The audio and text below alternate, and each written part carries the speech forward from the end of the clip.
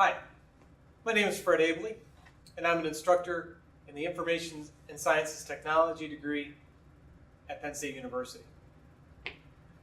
This particular topic we're going to cover today is on web safety, and it's a continuation of the series of topics revolving around information security for the personal user. So what I would like to do today is give you a sense of things you can do that go a little bit beyond what you've been seeing in the previous topics. Having your own firewall set up, having your own virus scanning software installed are great steps to provide some level of security for the personal user. However, as with any good security plan, it should be a layered approach. And the next layer really is more of a humanistic side with a little bit of technology peppered in there. And I'd like to go through some of these. So we all realize that the internet is a powerful tool. It gives us access to information that's unprecedented in the history of mankind. So why not just go out and grab it? Well, unfortunately, there's also scams. We've run into rumors, misinformation, and then something called malware, malicious software. So that forces us to kind of adopt certain steps or certain approaches that we could take in order to make sure we don't have something stolen. One of the most important things that we have, and that's our identity.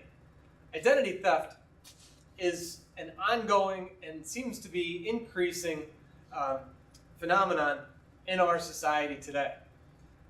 As a victim of identity theft, I could tell you that it is incredibly stressful and often very time-consuming to rectify the situation.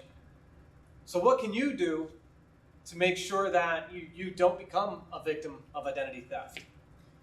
There's a lot of resources out there that you can look into, but I'm going to go through a few things that you could do right now in your house to ensure that you're not going to be a victim of these things.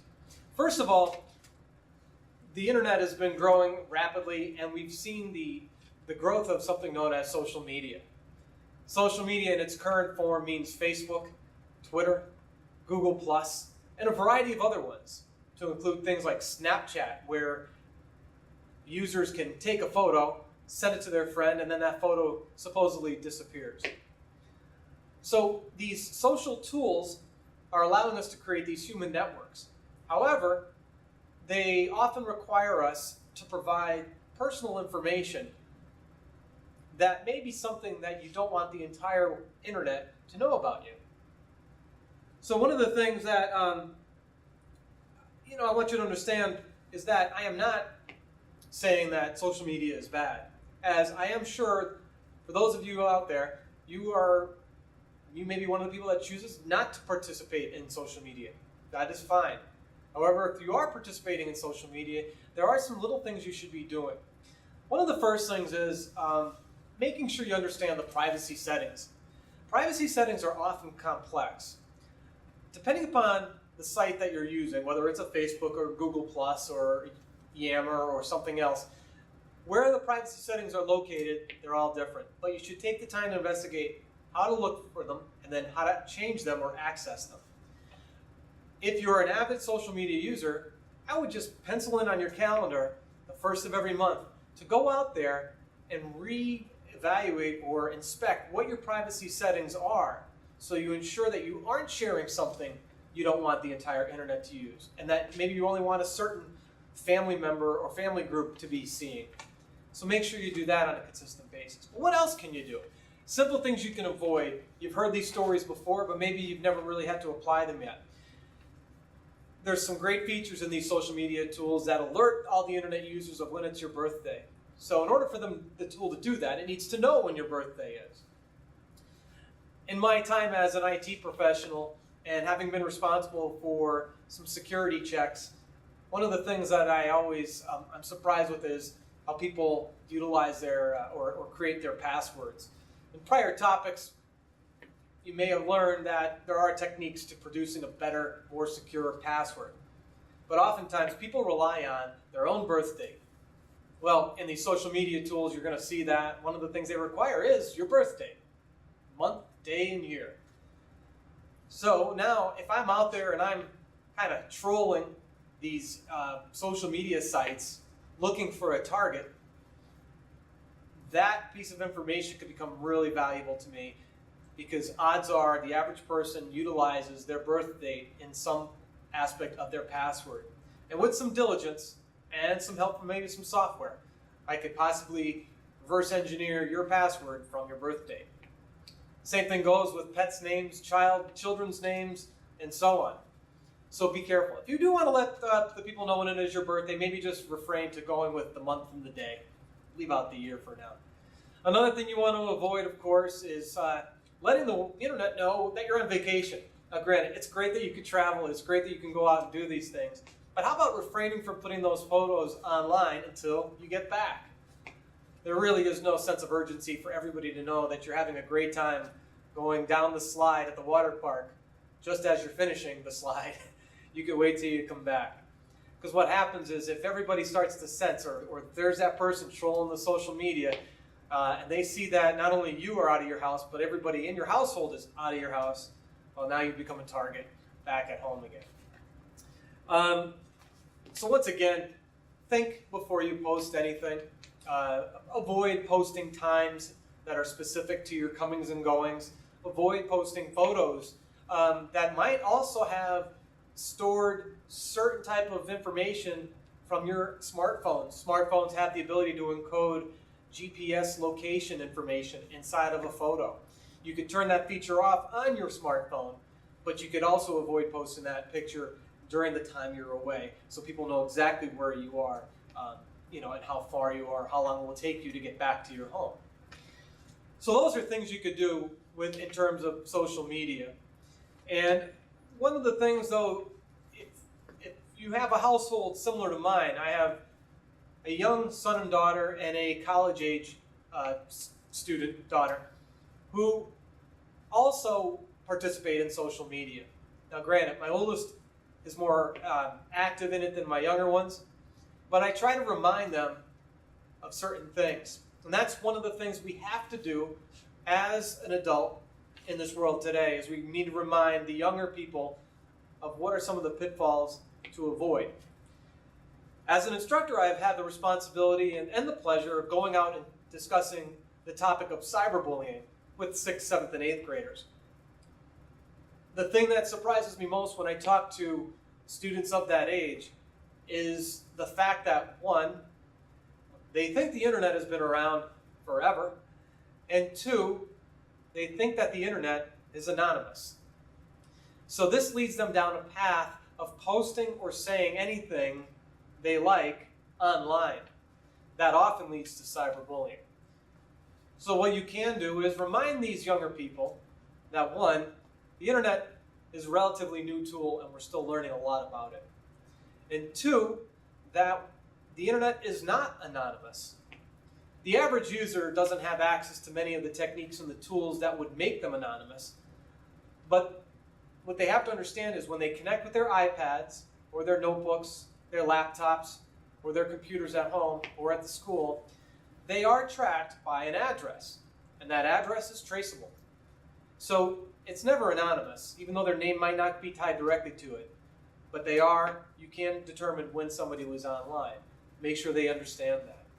And also, I think that people need to be aware of the fact that when you do post something online, in this day and age, where we can store gigabytes and terabytes of data very cheaply, that a lot of this data is backed up and saved to other servers. Now granted, you may think you have deleted a post, but it may also exist in one of the backed up locations. So what they put out there at age 14, 13, 16 can be something that'll stay with them possibly for the rest of their life if that site exists. And let it be known that there are companies that are out there that are starting to get created, that are responsible for going out and doing background checks that look into social media postings. And this is often brought to light and presented to a potential employer who then reviews these reports and then during an interview process can bring to light some of the things that they may have found them doing online. Oddly enough, that is not against the law. and it does fall under a Fair Consumer Credit Act. So, my point being, we need to let our children know that there is great responsibility that has to be exercised when using these wonderful tools. Now, the other things you can do that are a little bit more straightforward for children also is if you have younger people in your home or you have younger people in your family, keep the computer in a common area. So this way you can kind of over-the-shoulder glance at what they're doing. So it's not up in their bedroom with the door closed or in the closet on the Wi-Fi network. You want to make sure that you can see and understand what they're visiting. Another thing you might want to consider doing is if you're an adult in the house and you have the ability to provide this child with another computer, let them do their surfing on that computer. In the event they do acquire some malicious software, it'll stay on that computer and not find its way over onto an adult's computer or an adult's account where they might be saving more sensitive information that they wouldn't want to have hacked. So those are two things you could do right off the bat. You've heard before that you could use an account of a lesser privilege. That should be assigned to a younger user and a younger surfer. And then one thing you can also do occasionally, periodically, monthly really, is go in and check the web browsing history so you can see where they've been, and also stress the fact to the younger person that they are not allowed to tamper with any of the browser settings or any of the PC settings. And if they do, well then of course you can take any kind of actions that you feel are necessary. Last but not least, I think you can go out and acquire certain pieces of software such as Nanny.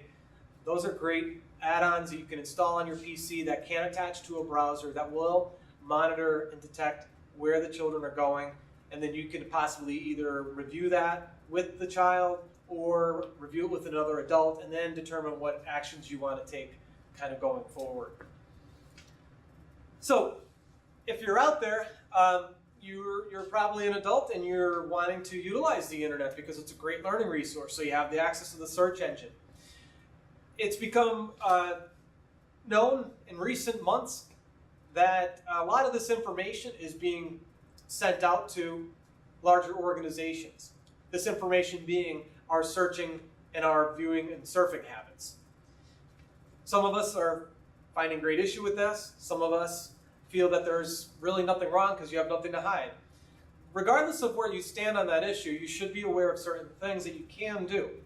If you have a Google account or a Yahoo account or other account that requires you to be logged in the web browser, you can continue to surf. However, if you are logged in, a lot of your surfing habits and searching habits are then recorded and shared with these larger organizations. You could simply log out of those accounts and then go back to the search engines and then go about your way on the web. Another interesting thing that cross-scripting, as I mentioned before, brings to light is some of these web-based services or web-based features, search engines, social media sites. The cross-scripting allows them to share information with each other. For example, if you are logged into your Facebook account and you are logged in to your Gmail or your Google account, as the two of them are opened up on separate tabs, they're actually starting to share information with each other. Once again, log out of these accounts and then log in. Now, all of the major browsers, Internet Explorer, Safari, Chrome, and Safari, all provide you with the ability to go into what's known as a incognito mode, which will allow you to surf sites without information being recorded on the PC. However, once again, possibly logging completely out of the account should block any information from being shared. So what if you are out there on the web and you are surfing? Well, one of the things that you begin to acquire are cookies. Now, cookies are text files, very small in file size files, and they're stored on your PC. You do have the ability to turn these features off. However, many sites require this little feature to be enabled in order for them to better understand who is coming to their site and how they can share information back with you. So turning them off can make for a somewhat clunky surfing experience, But leaving them on can also leave a very cluttered hard drive. Now, in this cookie information, there could be identifiable information that pertains to you and your surfing habits. And if you do acquire a piece of malware, that malware often looks to those stored cookies and makes use of some of the information in there. That's where the danger starts to lie. So I guess the next logical question will be is, how do you get rid of these cookies? There's a lot of software out there, often labeled as system cleaners. System cleaners are wonderful tools. Some are free, some you would pay a small fee for, that allow you to download software onto your PC that will then go through various areas on your PC and begin to clean it up. Cleaning up is simply a removal process that you can do on your own, but these particular tools make it a one-stop shopping type of evolution where you can click a button and it goes through and cleans everything out. There are tools that are sold that will do this and that will also enhance performance of your PC to make it possibly go faster. And there's a number of them on the web today that you can go and you can take a look at and evaluate on your own. When you utilize these tools, they sometimes set up a schedule, so it will weekly, daily, monthly, go on your hard drive and begin to clean up various files or even maybe detect malicious installations and remove them. So it starts to help your PC perform a little bit better. Because as you encounter these sites and as you download more and more of these type of files, there sometimes becomes an impact on PC performance. So that really ends the discussion regarding our personal use of the web today and trying to exercise some safety. What about the businesses? A lot of times you'll encounter many employees will report to the workspace with an expectation that accessing the internet is a right, not necessarily a privilege of the workspace. One of the things that a business would definitely want to pursue is a layered approach. There needs to be a physical security aspect, physical meaning, firewalls, secured logins at the desktop, user accounts and so on, frequent password changes. That's the one layer. And then the other layer becomes more of a policy layer, and that's letting the employee know that there are certain sites that you can go to and there are certain sites that you can't go to. Can they check email, web-based email at work? Yes or no, and so on. So it becomes a policy. Then the last step I think that you possibly can take is just simply blocking access to those particular sites. The social media sites, the personal email sites, and so on. Why is that necessary? Well, previous talk we've had with each other I think is evidence enough.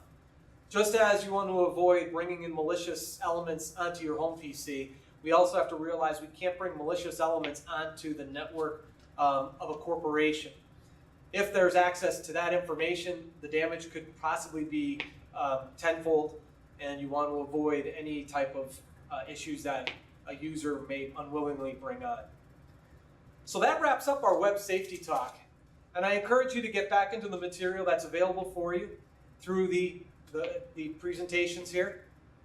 And as always, it's been a pleasure talking to you, and I look forward to doing it again. Have a great day, everybody.